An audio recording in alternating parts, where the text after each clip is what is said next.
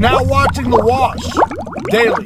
Today in news, Richard DeLisi is the man serving the longest cannabis sentence in the U.S. He was arrested in the 80s in Florida with his brother.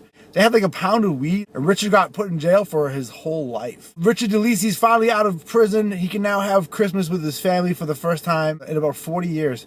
The Last Prisoner Project highlighted Richard, and they've been really trying to do a lot of work getting people to be released from prison for cannabis charges, while now the states are looking for legal cannabis to solve their economic problems. It's very hypocritical to have people still in jail for this plant that everyone now using to make a whole bunch of money. Doesn't make any sense. It's very wrong and it's very cruel. Also in news, the NBA, they've come out and said they're no longer going to prohibit cannabis in the league. They're not saying that they want cannabis legal and that's not why they're doing it. They're saying they're doing it because they don't want to have any more contact with the players than necessary because of COVID. So they're using COVID as an excuse to make cannabis okay. Last year, the league was transitioned into playing in Disney World in what's called a bubble system. It's been reported the players were smoking a lot of cannabis in that time while they're waiting for their teams to either make it or get knocked out of the playoffs. It makes a lot of sense that these players want to use cannabis. It's very helpful for athletic injuries. There's many top Olympians who are avid cannabis smokers. One of them, Phelps, has probably the most medals of any swimmer out there, and he's a big bong hit ripper. Cannabis tourism is going to be a big thing, and I'm sure all these states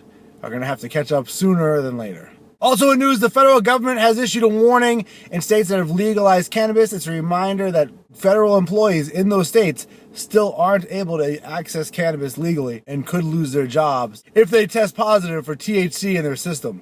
The House of Representatives and the Senate have been dragging their feet on cannabis legalization. It seems like maybe there's some other piece of the puzzle that's not clear what's holding everything up. The majority of Americans want legal cannabis, and I don't think anybody thinks it's dangerous anymore. But the federal scheduling of cannabis is completely ridiculous and just stupid. It's just dumb. It's an insult to our collective intelligence.